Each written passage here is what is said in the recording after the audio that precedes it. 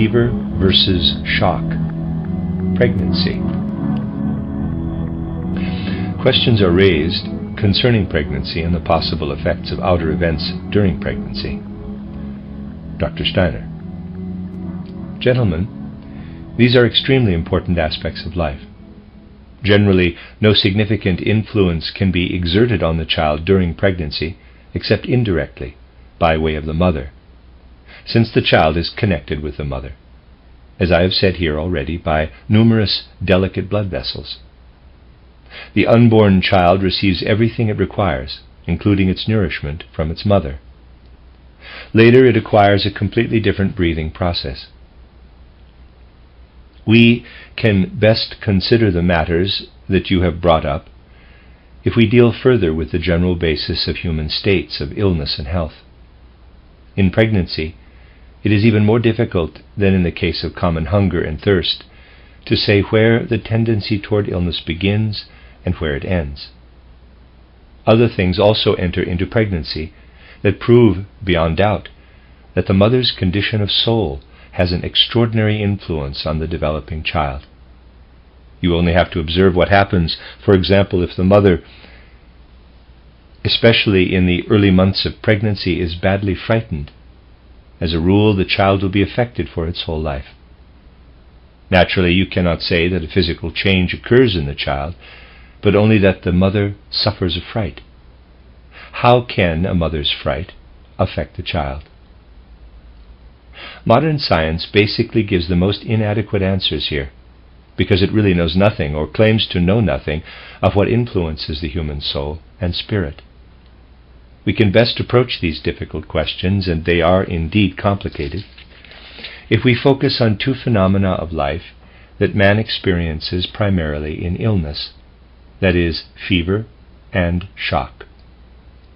These are two opposite conditions that man undergoes, fever and shock. What is fever? You know that our normal body temperature is 98.6 degrees. If it rises any higher, we say that we have a fever. The fever is visible outwardly through a person becoming hotter. What is shock? Shock is actually the opposite condition. Shock occurs when a person is incapable of developing sufficient warmth within. If you take an overdose of a poison such as henbane, Hyoscyamus niger, for example, which is also used as a remedy, you risk going into shock. Through such shock, all the membranes in the abdomen of the mother, where the child is developing, the membranes of the intestines, but also those of the organ in which the child rests during pregnancy, the so-called uterus, the womb, in other words, all the membranes of the abdomen become slack. It is as if a sack were stretched too far, becoming worn out and unable to hold anything any longer. With the introduction of henbane, undigested food backs up, and the proper functioning of the abdomen, which I described recently, is disrupted. A large amount of food then accumulates in a man's abdomen that he cannot assimilate. In order to understand what is at work here, we must take a closer look at the human organism.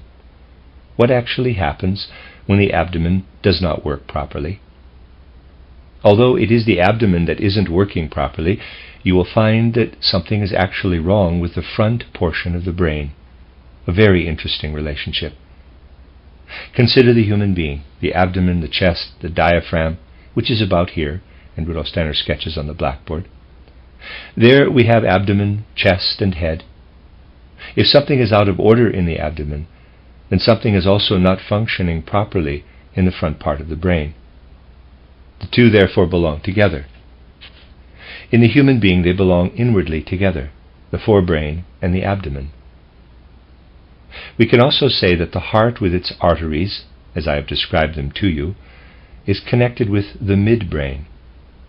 Finally, the chest with the lungs and the breathing process is related to the back portion of the brain. Every time something is amiss with the breathing, something is also wrong in the back part of the brain. Whenever a person has difficulty breathing and doesn't receive enough oxygen, one can observe that something is wrong with the back of the brain. When a person suffers from disorders of the heart, especially if the rhythm of the heart's activity is disrupted so that the pulse is irregular, then something is wrong in the midbrain. In a disorder of the abdomen, one always finds some irregularity in the forebrain. Everything is remarkably interrelated in the human being. You see, people often don't want to believe these things because in the formation of the forehead, they see the noblest aspect of the human being and the less noble in the abdomen. And if one speaks the truth about these things, such people find this, in quotes, lower region unworthy of man. You will have realized from my lectures, however, that the digestive system is in turn related to the limb system in such a way that it represents a most significant aspect of the human being. Once I knew a man who had quite an unusual forehead. A Greek forehead is different, and there's a sketch. In Greek statues we find foreheads that slope backward. This man actually had a pronounced bulge, and his forebrain was actually pushed out.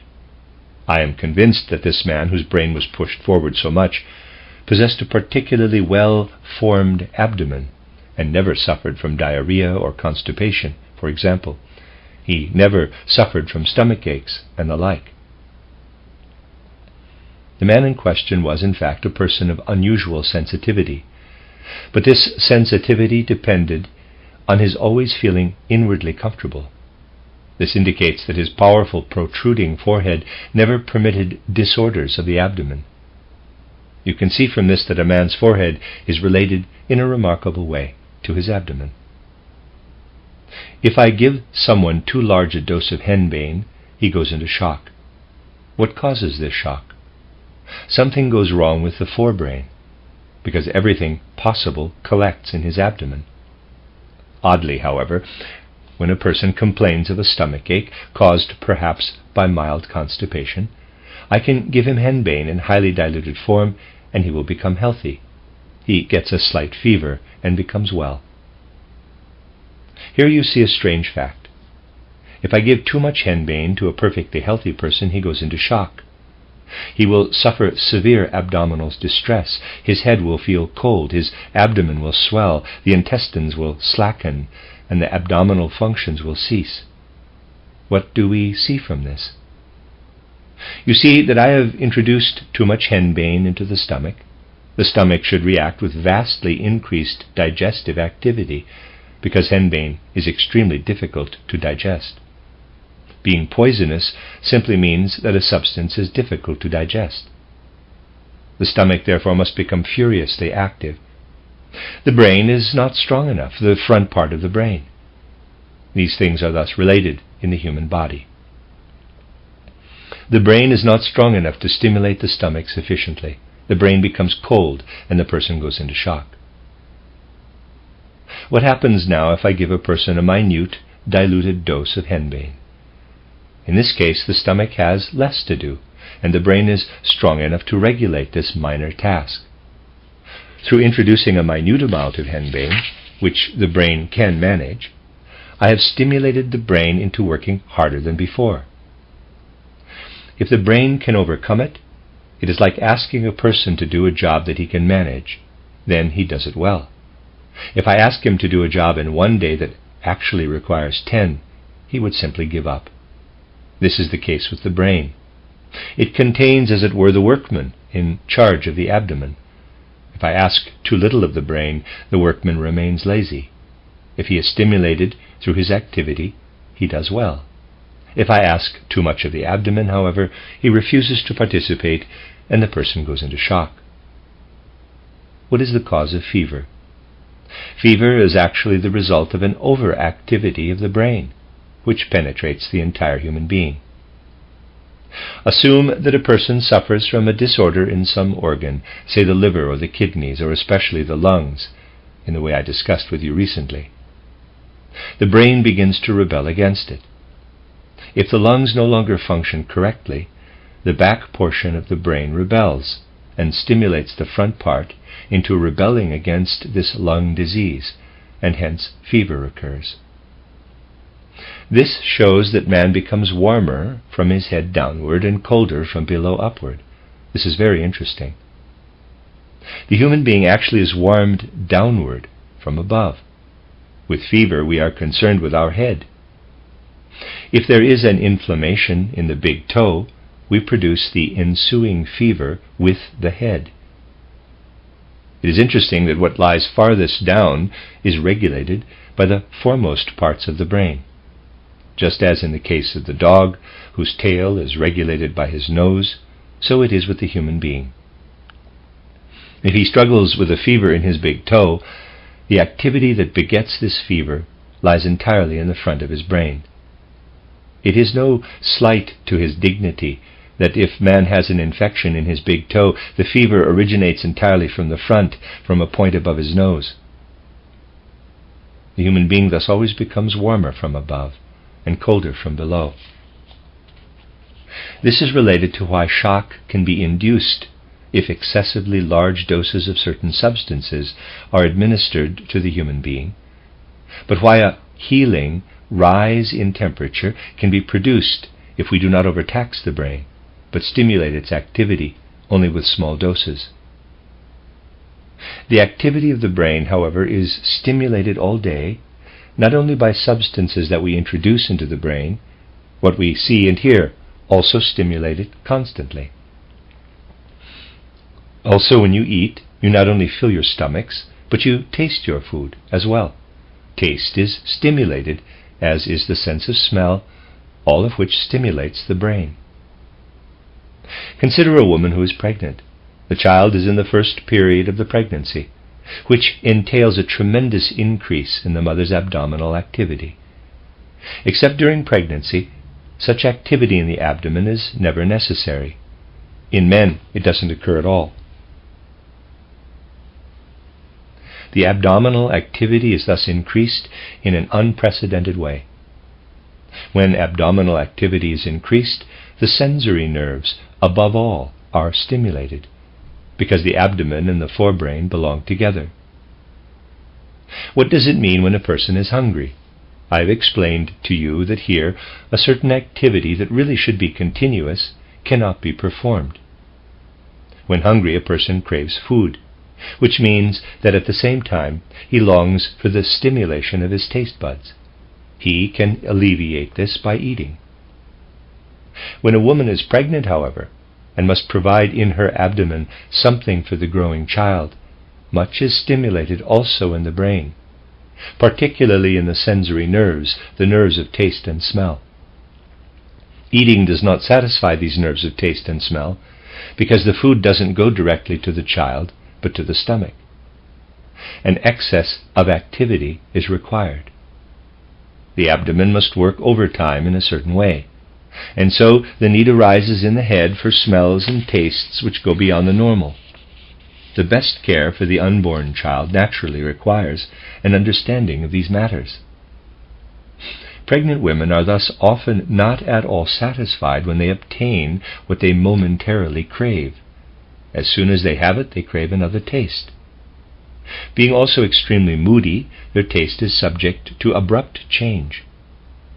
One can appease them, however, by being kind to them and paying heed to what, in one's own opinion, is only a figment of their imagination. In the early months of pregnancy, women live in fantasies of tastes and smells.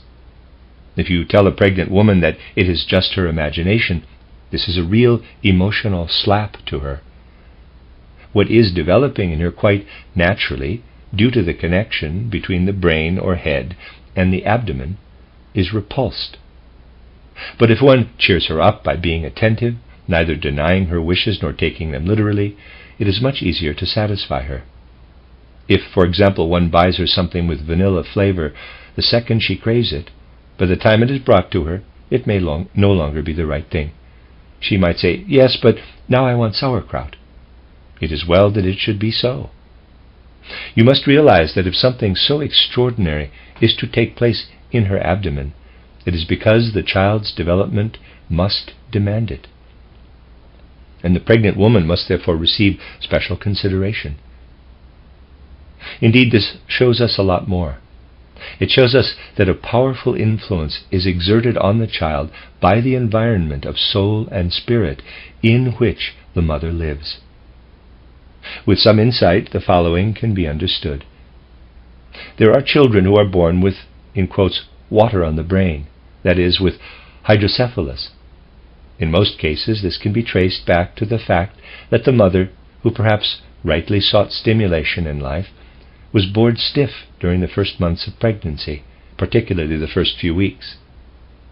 Perhaps her husband frequently went out alone to the local pub, and she, being left at home, was extremely bored.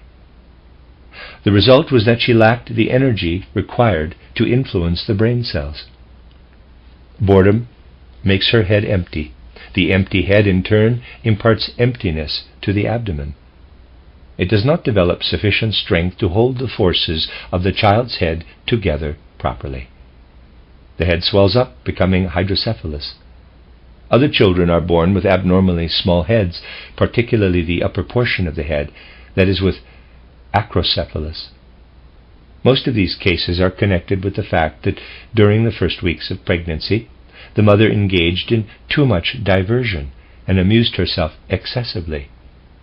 If such matters are observed properly, a relationship can always be noted between the child's development and the mother's mood of soul during the early weeks of pregnancy. Naturally, much is accomplished with medicine, but regarding these questions, we have as yet no real medicine today, but only a kind of quackery, because all the interrelationships are not correctly discerned by a merely materialistic science. These relationships require individual observation in most instances, and during the embryonic life of the human being, and therefore during pregnancy, they can be observed particularly well. Consider the significantly increased abdominal activity during pregnancy. The abdomen must be terribly active.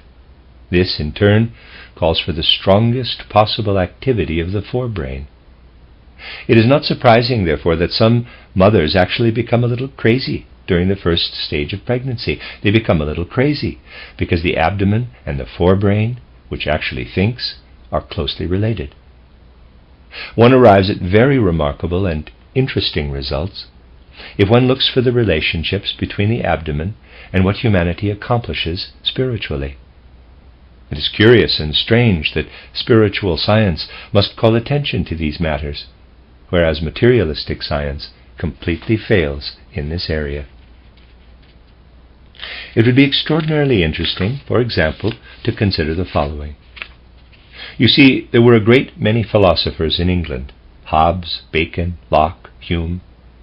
These philosophers, even including John Stuart Mill, led essentially to the great rise of materialism. These philosophers all had such heavy thoughts that they could not penetrate the spiritual with their thoughts. They clung to matter with their thoughts. It would be extraordinarily interesting to examine the digestions of all these philosophers, these many philosophers. I'm convinced they all suffered from constipation. Starting with Hobbes in the 17th century and proceeding all the way into the 19th, this whole philosophy that brought us materialism was actually caused by the constipation of individual philosophers. This materialism could have been prevented. What I say now is not in earnest, I'm only joking. If one had given Hobbes, Bacon, Locke, and the others regular laxatives in their youth, then all this materialism most likely would not have arisen. It is indeed odd, you see, that something that people frequently call materialistic must be pointed out by spiritual science. But the reason for this is that when the human being is really observed, the spirit is revealed where others see only matter. Anthroposophy does not assume that the abdomen is only a chemical factory. I once told you that the liver is a wondrous organ, that the kidney, with its functions, is also a marvelous organ. Only by comprehending these organs will one find the spirit everywhere. If you stop finding the spirit in some area, if you think that digestion is a process that is too materialistic to be studied in a spiritual way, you then become a materialist. Indeed, materialism came into being through spiritual arrogance. I have told you this before, though it sounds remarkable. When the ancient Jews of the Old Testament had bad thoughts during the night, they did not blame these bad, unhealthy thoughts on their heads, but on their kidneys. When they said, quote, "This night God has affected my kidneys," close quote, they were more correct than today's medicine. The ancient Jews also said that God reveals himself to man not through man's head, but directly through the activity of his kidneys, and generally through his abdominal activity. Considering this viewpoint, it is most interesting, though I don't know if you gentlemen have seen it, to watch an Orthodox Jew pray. When a devout Orthodox Jew prays, he does not take his phylactery out of a pocket that he wears over his heart or that hangs over his head. He wears his phylactery over his abdomen and prays with it in this position. People today naturally no longer know what the relationship is here, but those who long ago gave the ancient Jews such commandments were aware of the relationship. In Western regions of Europe, people don't have much opportunity anymore to see this, but in Eastern European regions, it makes quite a special impression to observe how the old Jews pray. When they prepare for prayer, they take the phylactery out of their trouser pocket. It then hangs round them and they pray. This knowledge that humanity once possessed by means of various dreamlike ancient clairvoyant forces has been lost, and humanity today is not advanced enough to rediscover the spirit in all matter. You can comprehend nothing if you simply take your ordinary thoughts into a laboratory and mechanically execute experiments and so on. You are not thinking at all while doing this. You must experiment in such a way that something of the Spirit emerges everywhere. For that to happen, your experiments must be arranged accordingly. And so one can say that it is peculiar that anthroposophy, the science of the spirit, has to point out how the human brain, the so-called noblest part, is connected with the lower abdomen, but it is simply so. Only a true science leads to these facts. Similarly, any number of things can cause a disorder of the heart. For example, it can come through an internal irregularity, but in most cases an irregular activity of the heart can be traced to some disorder in the midbrain, where the feelings are particularly based. It is interesting to discover that just as the abdomen is related to the forebrain, so this forebrain is related from the viewpoint of the soul to the will, and the midbrain is related to feeling. Actually, only the back part of the brain is related to thinking. If we look into the brain, we see that the hind brain is related to breathing and to thinking. Breathing has, in fact, a pronounced relationship to thinking. Picture the following case. A person lacking the benefits of Waldorf education, in which these things are frequently discussed, develops in his youth in such a way that he turns out to be a scoundrel. His feelings are confused, causing him to be malicious. What does this mean? It means that the soul does not work correctly in the midbrain. If the soul is not properly nourished, the heart's rhythm becomes irregular. You can cause an irregular rhythm of the heart and all sorts of diseases of the heart by developing into an ill-tempered person.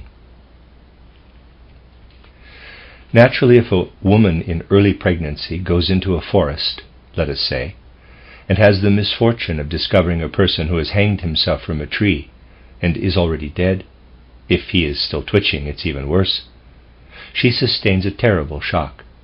It becomes an image in her, and probably, unless other measures can be taken, usually by life itself, not by artificially induced means, she will give birth to a child who is pale, with a pointed chin and skinny limbs, and who is unable to move around properly.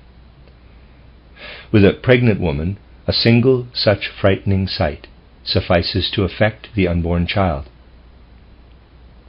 In later life, when one is 18, 19, or 20 years old, to be a scoundrel only once won't hurt. One must become a habitual scoundrel, and that takes longer. With a pregnant woman, however, a single incident is enough to have a dire effect. The results of such experiments can reach much further. Imagine a young mother-to-be who is busy with her work. She hasn't been told that army maneuvers are being held nearby. Cannons begin to thunder, and her ears are given a frightful shock. Since hearing is strongly connected with the hind brain as well as with the breathing, such a fright can cause a disorder of the breathing system of her developing child. You might ask, quote, "What is he saying? Why, he wants us to pay attention to every little detail in life?" Close quote. Yes, gentlemen, if a healthy educational system and healthy social conditions existed, you wouldn't have to think at all about many of these things, since they would develop by force of habit, like other routine matters. I don't believe that there are many men who, when they habitually beat their wives in the middle of every month, give it too much thought. They do it out of habit. There are such husbands. Why do they beat their wives? Because they have run out of money, they cannot go to the local pub, so they amuse themselves at home by abusing their wives. These are habits that people form. Well, gentlemen, if we had a sound educational system for everybody, we would acquire different habits. Were it known, for example, that army maneuvers would be held one morning and that there would be explosions, it should, as a matter of course, be called to the attention of any pregnant woman in the area. Something like this can become a habit. Sound education and socially acceptable conditions can give rise to a number of habits that need not be thought about any longer, but simply carried out. This is something toward which we must work. Essentially, however, this can be accomplished only through proper education. This is why the science of the spirit in particular will be in a position to explain the material world correctly.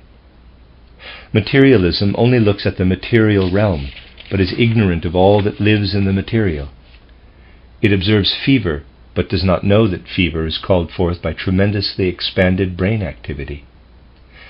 Materialism is always greatly astonished by shock, but does not rightly recognize that shock comes from a drop of body temperature, because the proper internal combustion can no longer continue. Thus we can say that the way the head of a pregnant woman is stimulated is strongly connected with her child's development. People pay no heed to what is contained in spiritual culture. A sound education will also gradually permeate everything we read and are told. Someday, for example, when people pay attention to what anthroposophy says, novels will perhaps be published for pregnant women. When pregnant women read them, they will receive impressions of ideal human beings. As a result, beautiful babies will be born who will grow to be strong, fine-looking human beings. What a woman does with her head during pregnancy becomes the source of the activity taking place in her abdomen. She shapes and forms the child with what she imagines, feels, and wills. Here spiritual science becomes tangible to the point where one can no longer say that the spirit has no influence on the human being. For the rest of his life, unless education sets it right later on, a person is under the influence of what his mother did during the first months of pregnancy. The later months are not as important, because the human being has already been shaped, and definite forms have become fixed. But the first months are of particular importance and are full of significance. When one sees the physical origin of the human being in the womb, something reveals itself that in every respect points to spiritual science. If one thinks reasonably, one can say to oneself that the warmth streaming down from above and the cold streaming up from below must always meet in the right way in the abdomen. One must care for the abdomen in the right way. This is something that must be seen, so that what comes from above can meet what comes from below in the right way. When we are clear that a person is so strongly influenced by his mother's experiences of soul and spirit that he can end up with a large or a small head, a ruined heart or breathing system, then we see that a person is in fact completely influenced by soul spiritual considerations. It can also happen that a mother-to-be, in the first or second months of pregnancy, could run into somebody with an unusually crooked nose, the likes of which she has never seen before. Unless some corrective measure is taken, in most cases the child will also grow a crooked nose. You will even be able to see that in most cases, if the woman was startled by the sight of a person whose nose was twisted to the right, the child will be born with a nose twisted to the left. Just as a man's right hand is connected with the left speech center in the brain, just as everything is reversed in the human being, so the twist of the nose is also reversed.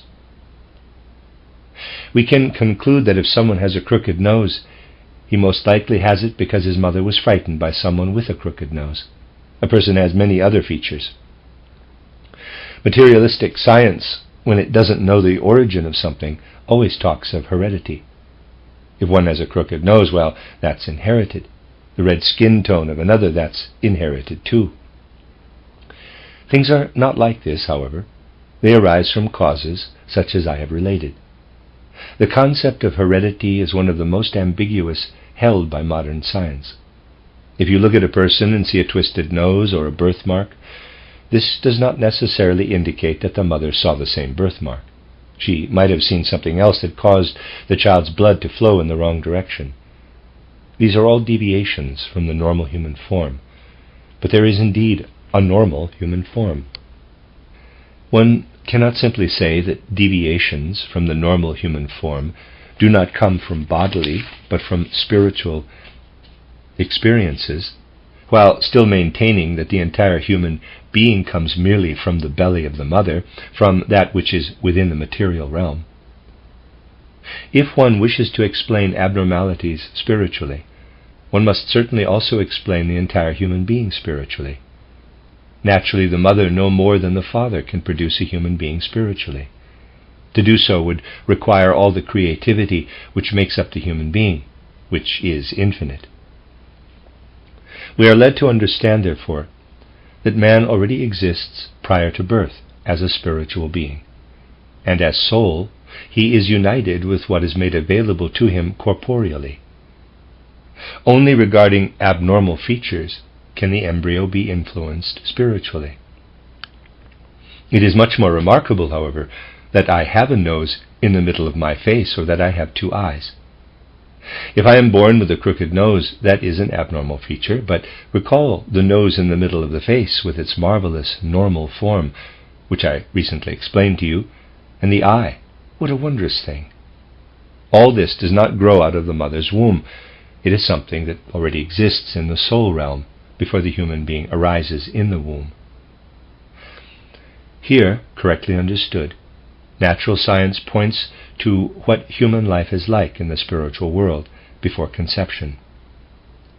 Today's materialists will naturally say that this is fantasy. Why do they say this? All the ancient people who, in primordial human times, still possessed certain dreamlike perceptions, which we no longer have, knew that man exists before he appears on earth. Throughout the Middle Ages, however, it was forbidden by decree of the Church to think of so-called pre-existence, which means pre-earthly existence. The Church forbade it. When a materialist holds forth from his pulpit today, this is only the continuation of the medieval pulpit. And though he no longer speaks the language of those preachers, using instead his own brand of propaganda, he only says what medieval sermons stated long ago. Materialism has simply taken over the medieval preachings, and though they are not aware of it, today's materialists basically elaborate on what the Church taught. Materialism stems basically from the Church of the Middle Ages. Then, no soul was permitted to have existed before its earthly life. The intention was to teach people that God creates the soul when conception takes place. If a couple were in the mood to let conception occur, we know that in many instances this can be a mood of the moment, the good Lord had to move quickly and create a soul for them. This is what the church edict really implied and what one was supposed to believe. It is not a sensible viewpoint, however, to make God the servant of the moods of human beings, so that he must hurriedly produce a soul when they happen to be in a mood to let conception take place. If you give this some thought, you discover what is actually contained in the materialistic viewpoint, which undermines human dignity. A real and true knowledge of the human being leads us instead to the realization that the soul is already there, has always lived. It descends to what is offered it through the human seed and its fertilization. Anthroposophy has not therefore arrived back at the spirit because of some arbitrary fantasy, but simply because it must, because it takes scientific knowledge seriously, which others do not. People study natural science, which would lead to the spirit, but they are too lazy to come through natural science to the spirit on their own. That would require a little effort on the part of their heads. Instead, they allow some old teachers to deprive them of the spirit, and yet they still manage to be religious. Then they are dishonest, however. It is like keeping two different sets of accounts. The person who is consistent in his reckoning must ascend from nature to spirit, and matters such as those we have discussed today, for example, will lead us there.